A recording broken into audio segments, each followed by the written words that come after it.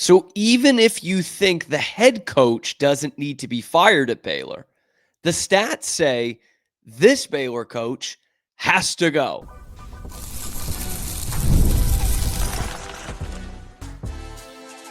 You are Locked On Baylor, your daily podcast on the Baylor Bears.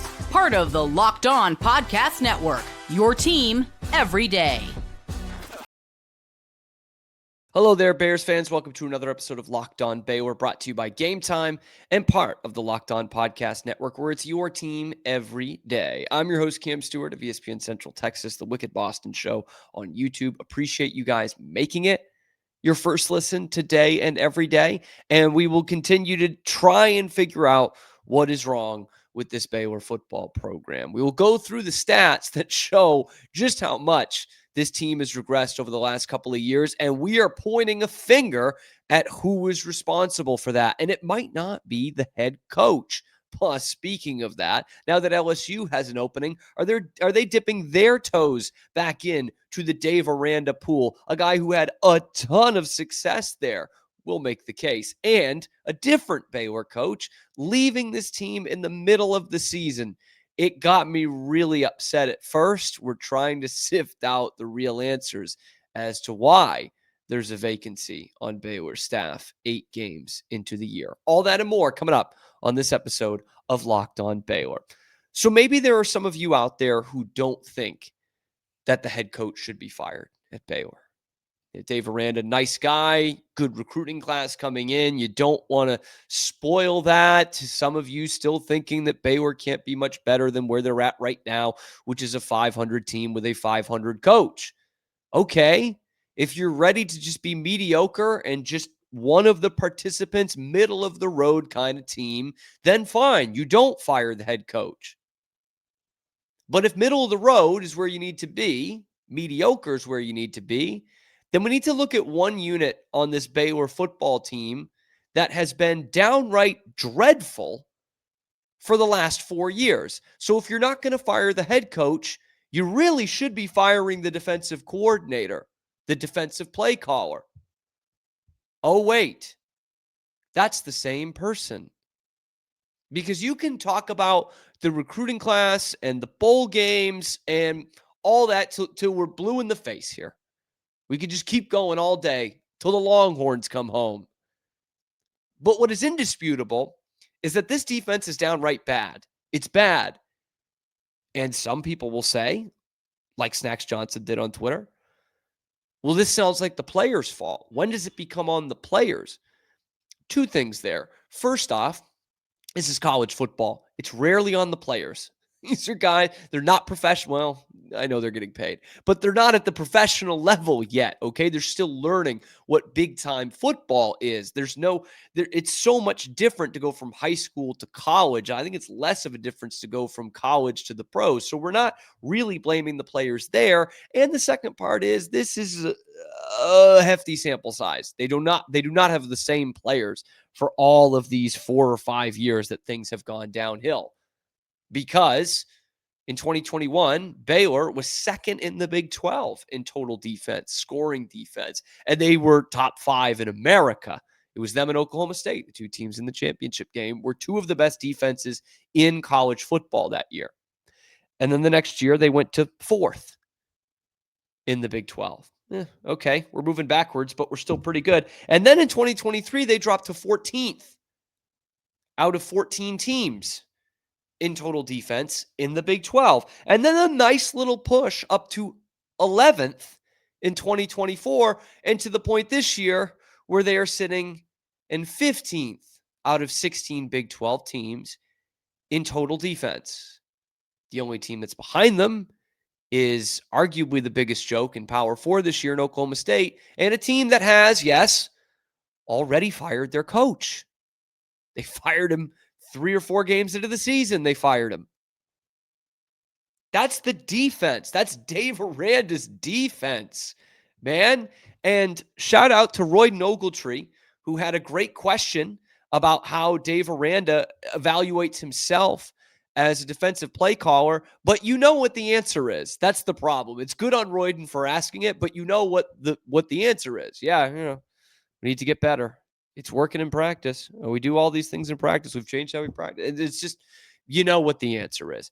And then I really wanted to see if Baylor's defensive line and specifically their pass rushers could have a better year this year. And that has not been the case, because we look at the total defense numbers like we just did, and it's bad. But one thing I have been arguing for years now is the decline of this defense has come at the decline of guys getting after the quarterback. I mean, we were in heaven in January 1st of 2022 when they set a Sugar Bowl record for, what was it, 9-10 sacks in that game? It just, Ole Miss just could not block them. That same Ole Miss team whose offensive coordinator is now a head coach in the SEC, and the head coach of Ole Miss who's going to be a head coach in an even bigger program next year. Yeah, that team, those guys, that brain trust, they couldn't block Baylor. They couldn't do it the whole night. And since then, the sacks numbers have gone down. You guessed it, just about every year. From 2021, leading the conference in that. In 2022, they were 9th out of 10 teams. In 2023, they were 13th out of 14 teams. Last year, they actually moved up to 8th in the Big 12 with 23 sacks in those 13 games that they played. But if you take away the 8 sacks they had in one game against Colorado, who had the worst offensive line in America, and also was a game that Baylor lost, if you take out those 8 sacks, they would be last in the Big 12 in sacks last year as well, which is where they sit nice and pretty this year with 8 sacks in 8 games, one of which coming against an FCS team. And they sit there at 16th in the Big 12 and 129th nationally. One Power 4 team is behind them, UCLA.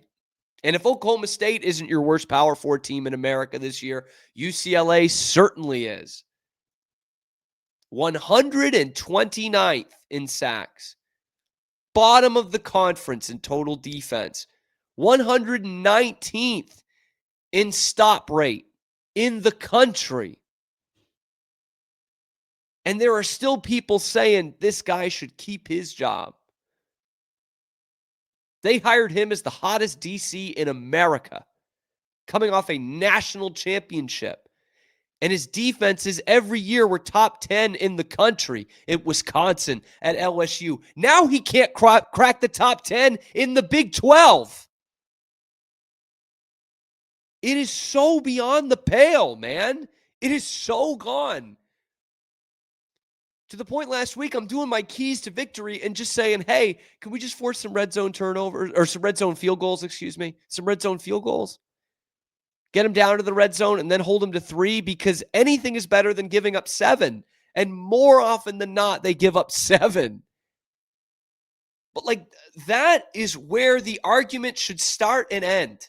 And I know for a lot of Baylor fans it does, right? But it should start and end with, and I'm going to break my rule to prove a point here. I know I don't say this on the show, but I'm going to break the rule to prove a point.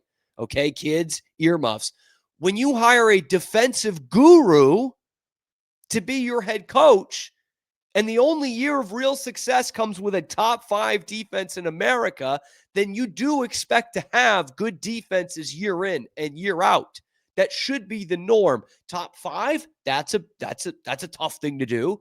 But to have a top 25, top 30 defense like that,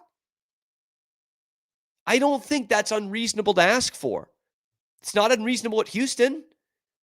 They had a top 30 defense last year, and they got a top 30 defense this year. It's not unreasonable. So, if you're not ready to fire the head coach just yet, maybe let's do the old Dave Aranda trick and fire an assistant. Whoever's calling the plays for this defense the last 2 years. It's not getting better. It's getting worse. This is not an anomaly. This is the exact opposite. It's a trend. This is not a fluke. It's a trend. 2nd to 4th to 14th to 11th to 15th in the conference. Not America, the conference. The 3rd best conference in college football. It's all the time with it. And I know before you get in the comments, I know the offense hasn't been very good the last couple of weeks either. They've had their fair share of problems, and we will talk about it this week. But every year it's the defense. Every year it's the defense. I'll use this example again. We talk about the teams we laughed at, the programs we laughed at, and Baylor's doing the same thing, right? That's what I said about A&M, Jimbo Fisher. We laughed at them for years because they wouldn't fire him. Baylor's doing the same thing. And you look at it micro with a coordinator, like, who was the biggest coordinator joke in college football the last 5 years? It was Ferentz, Brian Ferentz at Iowa. And his dad was the coach, and he wouldn't fire him, even though they had the worst offense in football for years. Like, finally had to do it. This is the same thing. It's one of the worst defenses in college football. And for some reason, you just hold on to the guy year after year after year. You've tried simplifying it. It doesn't work. You simplified it for him doing the defense so that Jake Spavital, a guy who has head coaching experience, can just run the show on offense. And since then, your defense has gotten worse. It's gotten worse. But don't take my word for it. Take the stats. Take the numbers that don't lie. They just continue to get worse. But let me know what you think the problem is in the comment section below. Be sure to like the video, subscribe to the channel. We come at you, of course, every weekday on YouTube and wherever you get your podcasts. Coming up next, is there an out here for Dave Aranda? LSU has an opening, and they might just be interested in bringing their old flame back to Baton Rouge. Let's talk about why, coming up next on Locked On Baylor.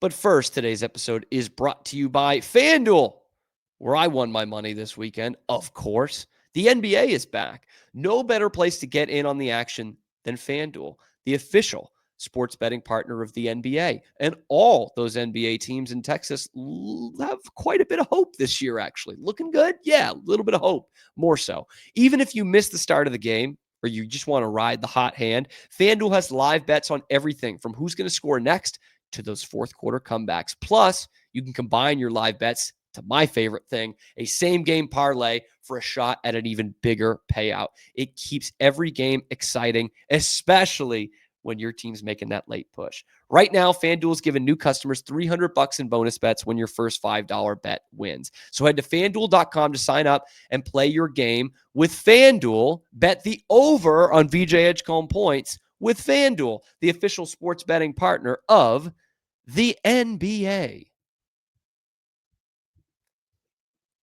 All right, so Brian Kelly out at LSU. They need to start looking for who's going to replace him.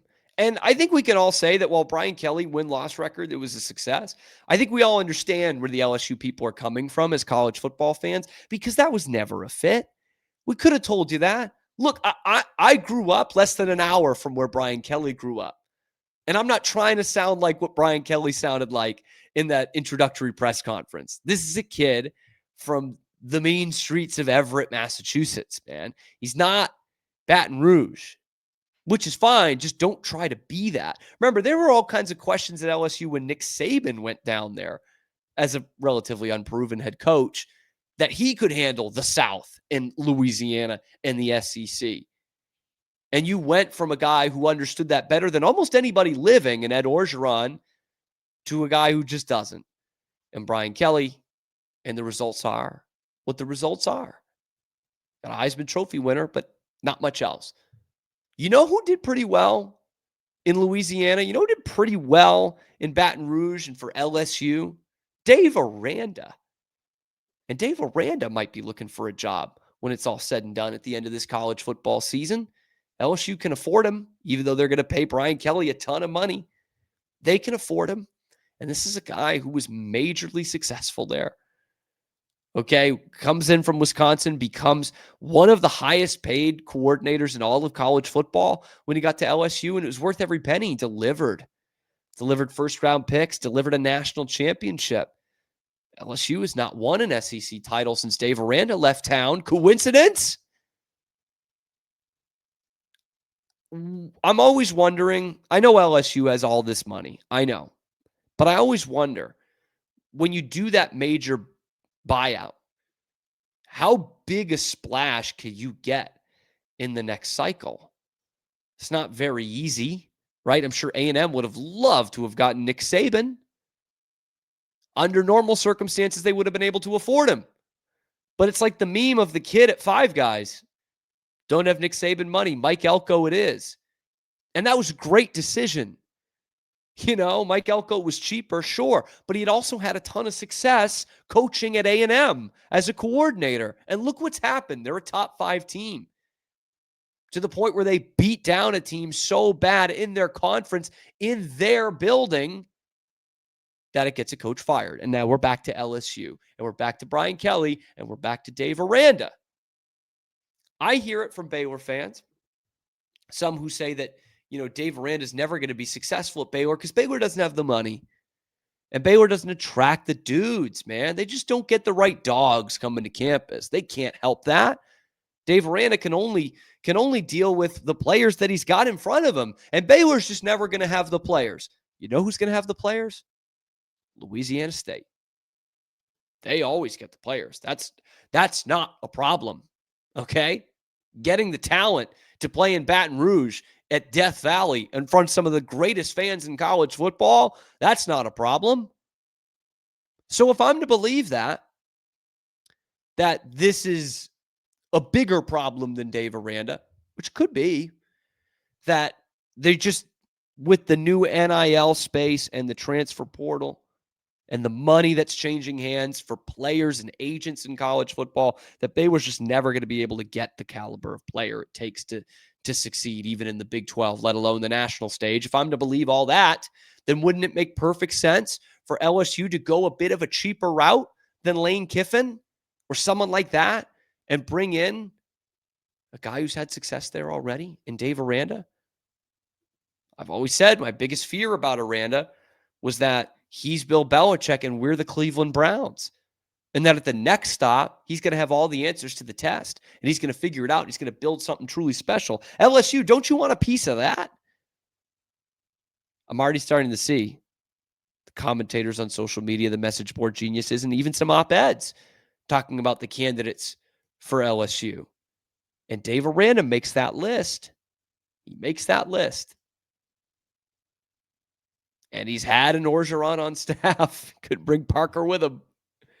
Of course, he wouldn't be near the top, like the very top of LSU's list. I think that would be, don't think that would be Dave Aranda. I don't know if he'd be in the top 2, but as a third option, could be that. Wouldn't be crazy for me to see Dave Aranda's number 3 on the big board at LSU. And at that point, he's very much in the conversation. How many times have we seen it the last few seasons where teams have had to, major programs have had to go down the list? Alabama's first choice was not Kalen DeBoer. It was not. And Alabama is the brand of college football. Their first choice was not Kalen DeBoer. For sure, Sarkisian and Kiffin were ahead of Kalen DeBoer. And maybe even their proud alum, Dabo Swinney. So if LSU does strike out on whomever their top 2 guys are, whether it's Lee at Vanderbilt or Kiffin at Ole Miss or whomever your guys, maybe they try Lincoln Riley, something like that. If those don't work out, Dave Aranda is sitting there with a pretty good understanding of what LSU is, what LSU can be, and with a pretty good resume that includes his time at LSU right at the top. So, should Dave Aranda be a candidate for LSU? Let me know in the comment section below. Then be sure to like the video, subscribe to the channel, as we will keep you briefed. That's not a word. On all that is going on in this Dave Aranda and Baylor football situation. But let me know how dumb I am or if I'm onto something right in the comment section below. Then like, subscribe, help us on the path towards 5,000 subscribers. We're the #1 Baylor football show on YouTube and bring it to you every day on this great site, as well as wherever you get your podcasts. We're not done, though. Coming up next, if Dave Aranda's not out, someone already is at Baylor. Why has an assistant coach left the team midseason? We'll have that answer for you coming up next on Locked On Baylor. But first, today's episode is brought to you by GameTime, the only place that I go to buy my tickets. And there are certainly tickets available for homecoming. Okay. The best homecoming celebration, the oldest, the largest homecoming parade in America is in Waco this weekend. And I'm just hoping that there will be more people at the football game than at the parade, but I'm not holding my breath. And one of the reasons why is getting tickets is more of a battle than the game or parking itself. Endless queues, hidden fees, prices jumping at checkout. Fear not. That's why I use GameTime. It's the app that gives the advantage back to the fans. It's the easiest way to score last-minute tickets at the best prices with no surprise fees. What you see is what you pay. I pull up GameTime, just a few taps, I'm seeing amazing deals, and they're telling me how amazing they are. Okay, it's super easy to follow. I'm talking about following and finding your Baylor Bears some great tickets for as low as $25.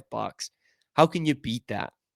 Take the guesswork out of buying college football tickets with GameTime. Download the GameTime app, create an account, use the code LOCKEDONCollege for $20 off your first purchase. Terms do apply. Again, it's promo code LOCKEDONCOLLEGE for $20 off. Swipe, tap, ticket, go. Download the GameTime app and do it today.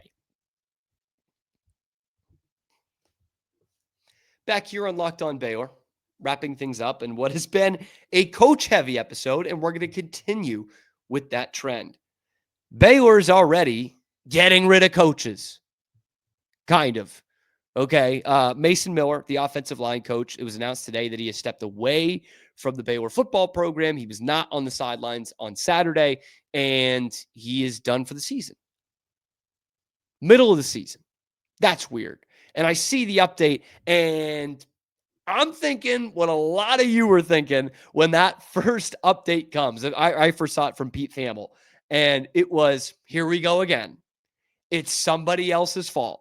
Dave Aranda will fire coordinator after coordinator, position coach after position coach, and this is just going to keep going. It's just going to be this endless cycle. Here it goes again. I mean, how many times have we seen it? They're still paying Jeff Grimes. That was 2 jobs ago for Jeff. You know, how many times do you need to fire or demote somebody? Remember, he demoted Sean Bell. Sean Bell left for Houston. He's having a pretty good time down there at UH, okay? And Connor Wegman was a top 10 PFF graded quarterback this week, and they're 7-1. And so I'm thinking, here we go again. But apparently that's not the case. Not the case. Dave Aranda told the reporters at his weekly press conference on Monday that actually this is a personal matter for Mason Miller. That's why he has stepped away from the program. And from what I have heard, I've heard a couple of conflicting reports, but nothing solid. So I'm going to take that at face value. That Mason Miller has something personal things going on and stepped away from the program. I tried to do some digging because it just feels odd for a coach to leave in the middle of the year unless it's something serious, but it absolutely could be something serious. What struck me as the most odd about it was that this offensive line is not having a terrible year. Okay, has it been great? I don't know. The PFSN, that network that does their grades each week, has Baylor as a top 10 offensive line grade-wise for the season, like in the country for the entire year. So that's not really the problem with Baylor football right now. There's plenty of other things you can point to that aren't the offensive line. Have they run the ball as well as they have last year? No. Part of that is different depth at running back with Oscar Pendergrass out, Bryce Washington hurt.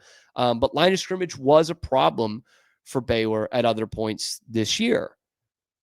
Mainly the defensive line of scrimmage with being last in the Big 12 in sacks again. But I was pleasantly surprised by Mason Miller. I thought that was a big get for them last year in hindsight. Right, they had Kapilovic, right? Kapilovic, I think that's how you say it, from Michigan State. He goes to Alabama like 3 weeks after being hired by Baylor, and they're kind of scrambling. They get the Tarleton guy, and it's like, oh, man, oof. Okay, he's from the Mike Leach tree. Maybe there's something there. First 6 games, there wasn't anything there. And then the next 6, the offensive line was terrific. And again, wasn't the problem this year. And if you're going to run this kind of offense, Mason Miller is the kind of dude you want coaching your offensive line. But he's no longer here. And I'm going to take Dave Aranda at face value. I'm going to do that because I'm a nice guy. I'm a nice, trusting guy. Eagle Scout. Really going to trust Dave Aranda on this one and say that it is a personal matter. And if that's the case, certainly hope it gets better. But I just needed to go over it because I know so many of you were thinking what I was thinking of, like, oh my, here we go. Here we go again. They're just going to fire everybody else. It's everybody else's fault, not Dave Aranda's. What will be interesting is to see how Baylor's coaching staff, how that kind of changes at the end of the season. Whether Dave is gone or not, there's going to be a ton of changes on the staff.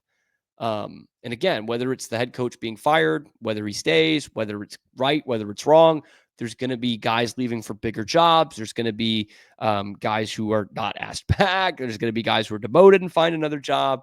There's going to be a lot of that because it happens every year with Baylor now. But we certainly wish the best to Mason Miller in getting that squared away. And hopefully this Baylor offensive line can keep up what has been solid work so far this year.